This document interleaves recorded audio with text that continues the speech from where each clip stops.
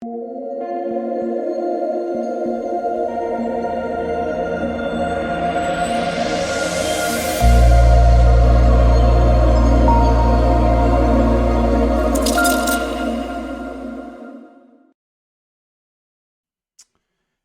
what is going on, guys? DK. Back at you with another video here to break down the 9-game NBA main slate on Wednesday. Before I get into the video, if you guys are new to the channel, first time watching, welcome. My name is DK. I make daily videos and live stream for NBA and NFL slates on Draftkings. Make videos for NBA Top Shot, NFL All Day, and for Prize Picks. Had a pretty good day on Prize Picks. If you guys watched my video today, I'll have another one up probably early tomorrow. If you're unable to watch these YouTube videos, I do upload an Apple Podcast. Link is down below. It is called the DK DFS Show. And if you have an extra minute out of your day, if you could leave a 5-star rating and review, would really, really help me out, guys. Every single rating review just boosts me up in the Apple Podcast rankings, allows for more people to, to see my content. If you guys are interested in signing up for premium content, I do offer that on patreon.com, NFL and an NBA package. And for this month, I'm giving everyone esports for free if you want to try that out. So again, more info down below. And the sponsor of the first half of this video, guys, is Roast Umber. If you are a coffee lover, guys, you got to give it a try. I am addicted to Roast Umber. Amazing stuff. They have coffee decaf and my, again, personal favorite, the Nitro. But you can use my code DKDFS for 20% off your order. So yeah, give it a try, guys. Use my code. Would greatly, greatly appreciate that. Okay, so before we get into players and the prices for this 9-game slate, let's look back my lineup here from tonight. So cue up the "It's been 84 years" gif of the old lady from the Titanic. Finally cashed, right? Finally. And we got to go over a couple things here. Number one, if low-owned, extremely low-owned Jonas Valanciunas just had a decent game, I would be a millionaire tonight. But no. Floor game for JV and a smash spot at no ownership. And here's the other one.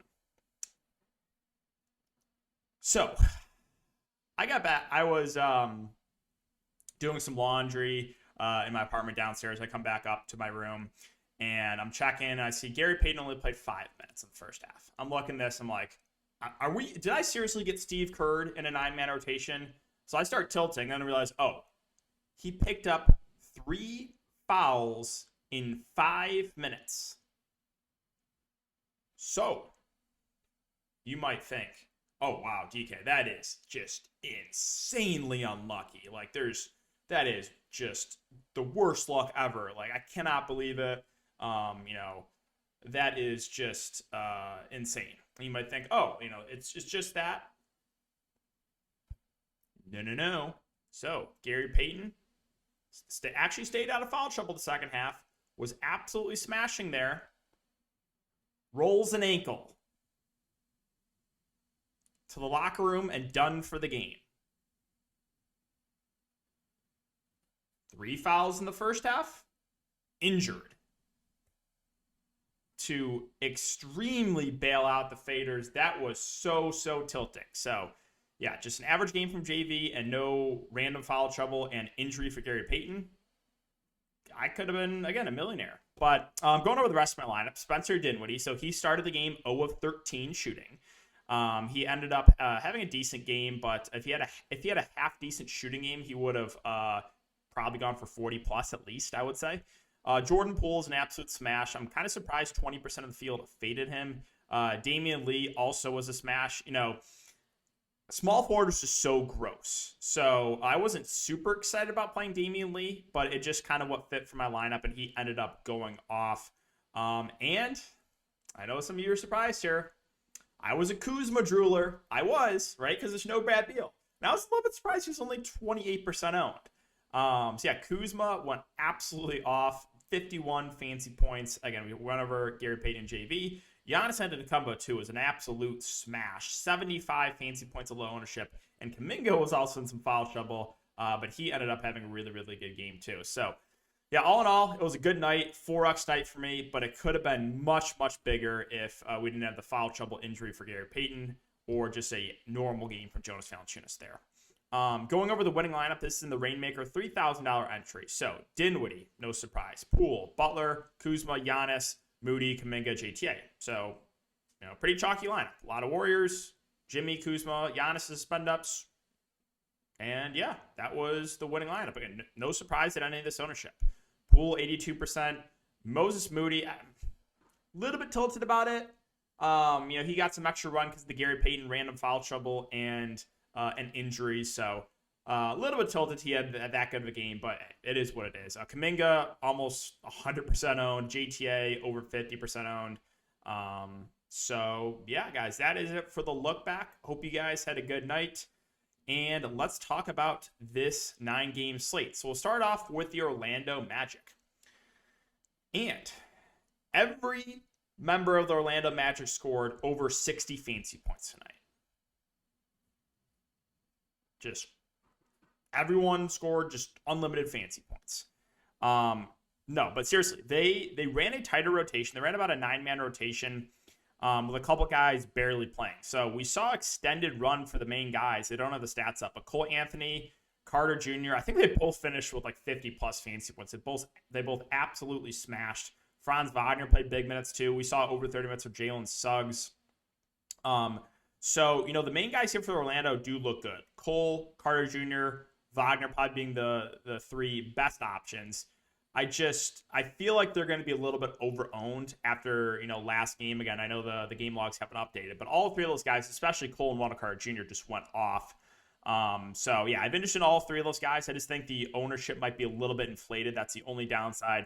Mo Bamba, I think, if he stays out of foul troubles, he's mid-20s minutes. Chumo Kiki didn't do much tonight, but previous games he's been playing relatively well. I don't think we have to go there. Gary Harris should see, 25-ish minutes off the bench, but not a super high usage guy. Terrence Ross probably sees about 20 minutes. Again, he's viable in tournaments, but that's really it. Mo Wagner got a little bit of run. Again, they ran a tighter rotation, so I think the main guys for the Magic do look good here. Moving on to the Pacers.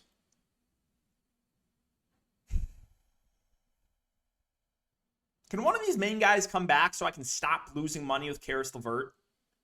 I mean, really, so still no Sabonis, still no Brogdon, no Turner, no Goga. I'm probably going to lose more money with Karis LeVert tomorrow. He did only shoot 12 times, which was a little bit concerning. Still played 36 minutes, almost had a triple-double. Magic not a good defensive team, so I still have interest in Karis LeVert. I don't think the ownership's going to be that high. Now, here's the tricky part with the big. So Isaiah Jackson's price went up. Last game, I still cannot get over this. 0 fouls in 29 minutes. This guy's been averaging a foul every 3 minutes. And he just doesn't pick up a foul in 30 minutes. Now, with Isaiah Jackson, again, great point per minute guy. If he can stay out of foul trouble, I think he can have a really good game again. But also now his price has went up, so there's a little bit more risk with him. Also, we do have O'Shea Brissett most likely coming back. And I would think that he gets some of the backup 5 run, or maybe they even start. I think they continue to start Isaiah Jackson, but we'll see. So, yeah, I do think Brissett should get, 20-ish minutes off the bench or so, and maybe more if Isaiah Jackson does get in some foul trouble. So, if you're fading Jackson, maybe you go to a guy like O'Shea Brissett.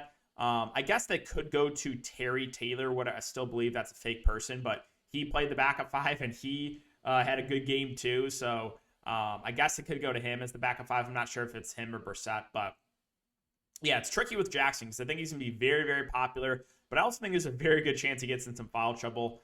As far as the secondary options go, I think Duarte at 5.1K looks okay. Should get around 30 minutes from him. He's kind of been disappointing of late. Holiday and Craig should see big minutes, both low usage guys. Off the bench, Lance's minutes are all over the place, but he's a good point per minute guy. Jeremy Lamb, kind of the same thing. Minutes, some games he's playing 15, some games he's playing close to 30 like he did last game.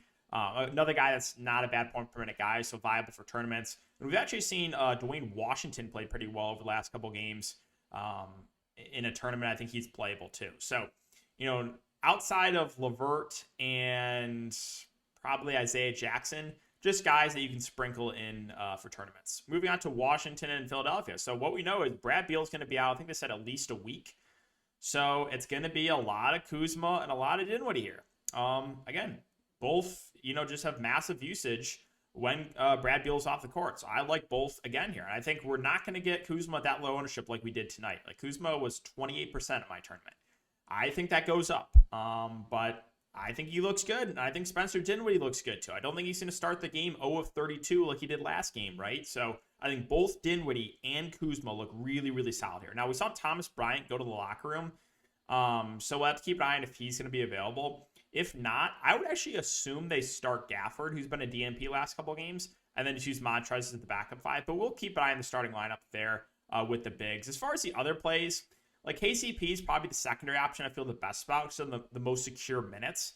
Should play around 30 minutes. The only downside is he's score independent. And then you just have this absolutely gross group of just disgusting value of Denny and Rui and Corey Kispert and Raul Neto. If you want to take some shots in those guys, go for it, but it is not fun rostering any of those guys. Moving on to Philadelphia, Joel Embiid. Well, the price is up to $12K, but he's been playing out of his mind. Should play mid-30s minutes, and I'm not afraid of anyone that Washington throws on him. If Bryant plays, not afraid of him, not afraid of Gafford, not afraid of Harrell. So, yeah, Joel Embiid in a really, really good spot. Now, Tobias, Maxey, these guys are priced up from when Embiid was out, now even being back. So I'm not really looking to either Tobias or Maxey. Also, Drummond's price went way up from when Embiid missed. So not a ton for the secondary plays. I guess Seth Curry at 5'3", probably the guy I would have the most interest in. Should see, mid-30s minutes. He is score independent, but he does have upside. And then like Thibault and Niang and Danny Green should see some run, but I don't know if we have to go to any of those guys. Charlotte and Boston. So Gordon Hayward is still out. Kelly Oubre is expected to be back. So that's one more body in the rotation. So we do have guys like LaMelo kind of priced up to 9.5. Charlotte's always a tricky team because you never know exactly where the production's going to come from. Like most likely if this game stays close, you're probably going to see at least one of these Hornets, main guys have a good game, but it's always hard to try to predict who it's going to be. So like with LaMelo, with Bridges, with Rozier, I think they're all in play, but maybe more for tournaments for me. Oubre at 5'4", most likely comes off the bench, so again, more of a tournament play. Plumlee and PJ Washington are kind of priced up. They're both secondary plays. Cody Martin's been playing big minutes. I would assume he continues to start, but he's been very, very disappointing. So, and I'm not like, maybe Ish Smith stays in this rotation, but I don't think I want to gamble on that. On the Boston side, so basically a fully healthy team. This is a really good matchup, but none of like the prices stand out. Like Tatum at 10.6 definitely feels a little bit overpriced, even though I really like the matchup. I guess Jaylen Brown would probably be my favorite play at 8.7. Last 4 games, 51, 44, 41, and 42 fantasy points. And now it's, probably the best possible matchup here against the Hornets. The bigs with Robert Williams and Al Horford, they feel priced about right. So, yeah, Marcus Smart at 5'4". I guess he's fine. Should play, I don't know, low 30s minutes, but nothing that really stands out. Memphis and New York. So the big news is Steven Adams is questionable. We'll keep an eye on the starting lineup, whether or not, like, if Jaren Jackson moves to the 5, I'm going to like him a lot.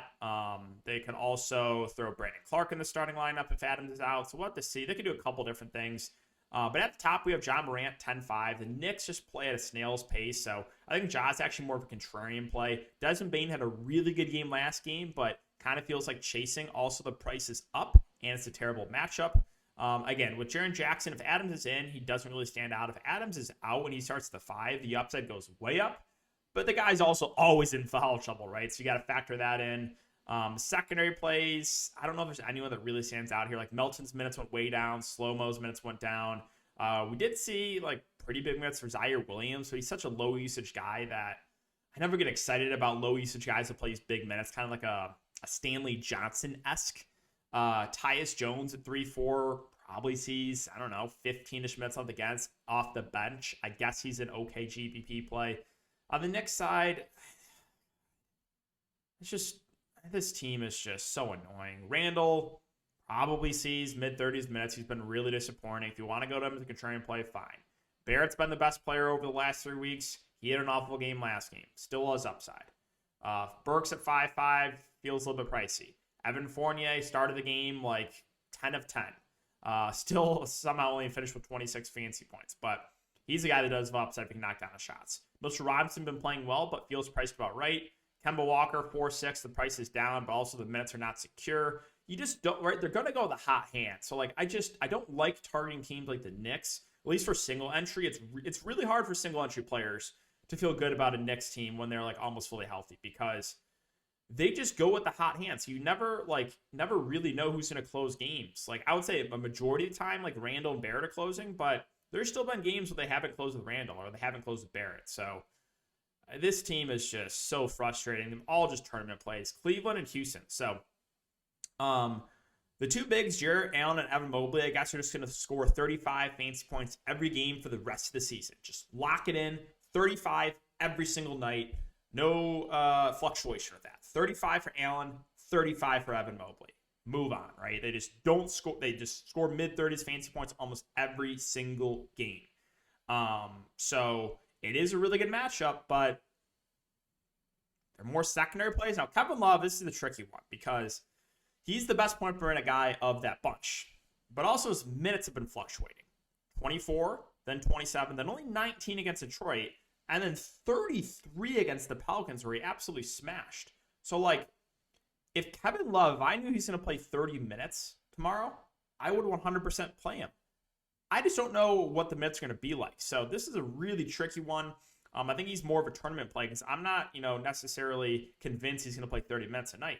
Now, what we did see last game was Chetty Osman started the point and played huge minutes, played 38 minutes. I played him in low ownership. As you can see, he had a great shooting night, right? 3 of 16. Couldn't miss. But no, assuming he continues to start, I think he's a good play. He had 12 assists last game. So, and it's a good matchup. So I like Chetty if he starts at the point. Isaac Okoro is a low usage guy that should see big minutes, but I'd rather go to Chetty. Rondo surprisingly only played 18 minutes.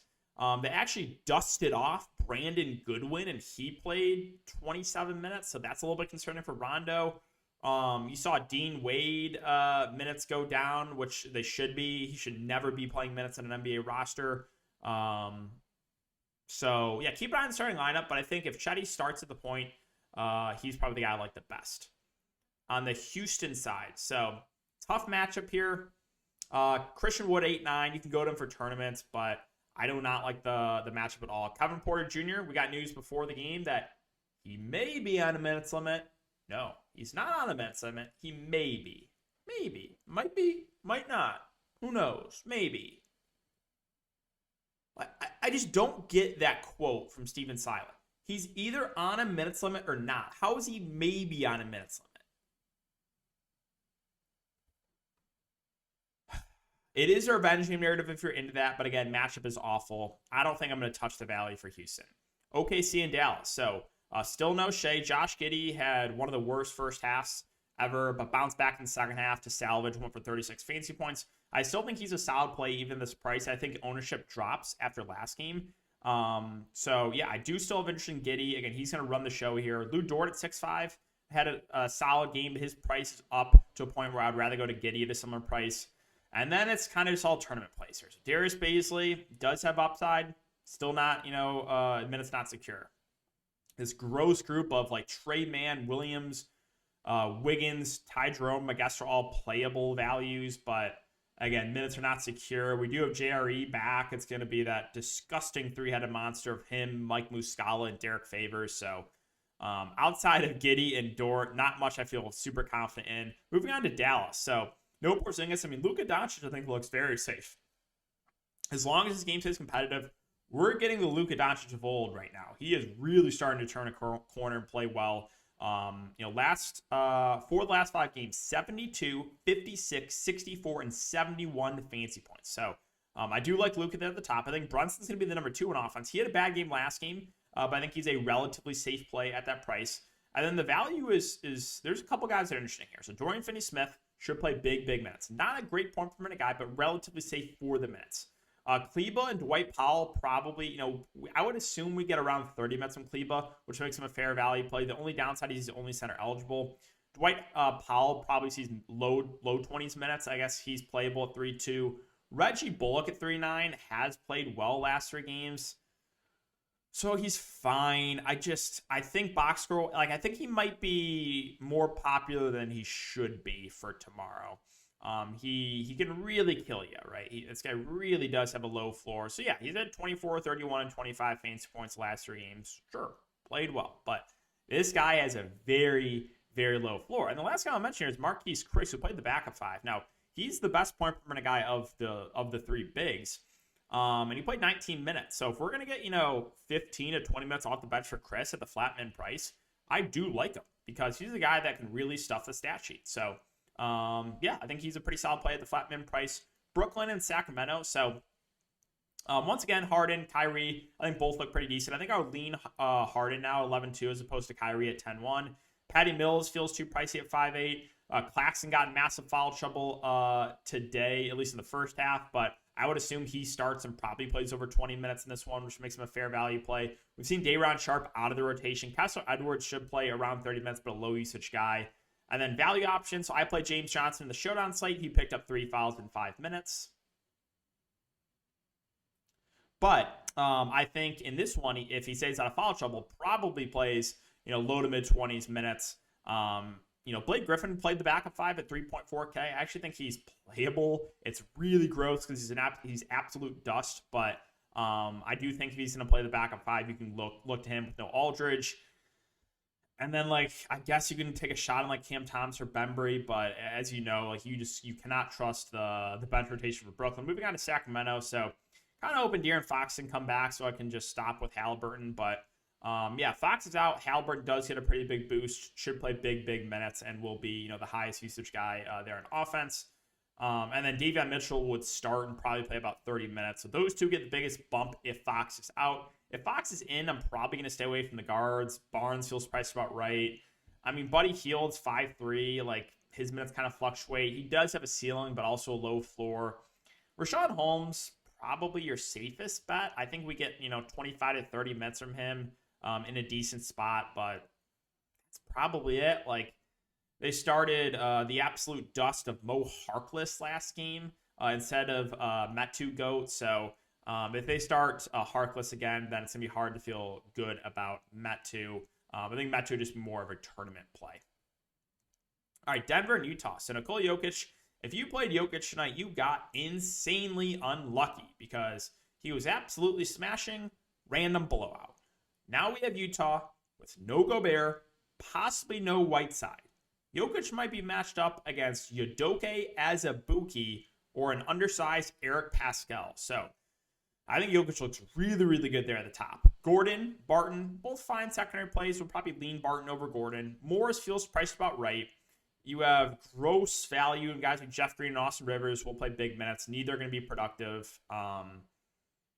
Zeke Naji, JaMychal Green probably get some backup 5 run of that buggy, but I just don't think I want to go there. On the Utah side, so still no Gobert, still no Mitchell. Ingles, unfortunately, out for the year. No House, and now we possibly have no Whiteside. So this is a thin team. Could be very thin in the front court if Whiteside is out. So, the guards are the guys that are going to lead the offense are going to be Conley, Clarkson, Bogdanovich. The only issue is the price feels right in, all those guys. So they're all more secondary plays. Now, with Ingles out, I would assume we get more Rudy Gay run. He's been playing mid to high teens minutes off the bench, but I would assume he gets a little bit more run. So kind of like Rudy Gay there, 4-5. Royce O'Neal might get some more run too, but he's not the best point per minute guy, but is relatively cheap. And then, as I said, if there's no Whiteside, I would guess it's Azubuike that starts. So keep an eye on that. They could also go to an undersized Eric Pascal at the 5 as well. So those two probably play the 5. I guess. I mean, they do have Royce O'Neal that could use as a small ball 5. But yeah, things are going to get interesting if Whiteside can't go. Now, Whiteside, if he does play, sure, you can go to him in tournaments. He's kind of been disappointing since moving in the starting lineup. He had the one big game there against Detroit. But other than that, he's been a little bit of a letdown. So we'll keep an eye on that news. And finally, Portland and the Lakers. So CJ McCollum, 8.1K. Really like the matchup for him. Should play big minutes. So I think he's a solid option. Production's been a little bit disappointing, I guess. 37, 38, 41, 34 minutes. But I do like the matchup for him. Nurkic has been a little bit disappointing too last couple games, but this is a bigger Lakers front court. So I don't think they can go small and not close the Nurkic. So I think he makes a pretty decent play there at 8K. Anthony Simon's price has come down. Again, it's been him and CJ kind of leading this offense. He had a letdown game last game, but again, the price did drop. Paul's going to play big minutes, but also kind of scoring dependent, so he's more of a secondary play. Robert Covington should see low to mid 30s minutes. Not a very good point per minute guy, but is also relatively cheap. And that's probably it. Like if Watford misses, I would assume Covington plays the backup 5. I don't think I get to any of the value though for Portland. And moving on to the Lakers, so LeBron's gonna be out for a little bit. He's doubtful again. Do not expect him to play. Anthony Davis at 10-2 is probably the spend up and feel the best spot here for the Lakers. Should play big minutes, and I really like the matchup for him. So I do like AD at 10-2. Westbrook, I mean, this guy, he has just been not good this year. But this is a good matchup, and there's no LeBron James, most likely. So I do think he's in play. I just think I feel a little bit better about AD. Malik Monk at 5-3. I mean, he's had a really good season for the Lakers. Assuming he continues to start, I think he's a solid play. Now, last game was definitely an outlier, going for 57 fantasy points. But I do think he probably plays about 30 minutes, so he looks good. And then probably not going to get to anyone else. Like Melo feels a little bit pricey. THT's minutes are down. Stanley Johnson, again, low usage guy that will play big minutes, but like I don't think it's necessary to go there. Or we'll see some minutes for like Reeves and Bradley, but they're very score independent. So I think that is really it for the Lakers, guys. I think that's going to do it for the video as well. So if you haven't enjoyed the content, again, make sure to hit that like button, subscribe, and hit the notification bell. Greatly appreciate that, guys. And look out for more content for NBA Top Shot and for Prize Picks. So thanks again, guys. Have a great one, and I will see you all in the next video.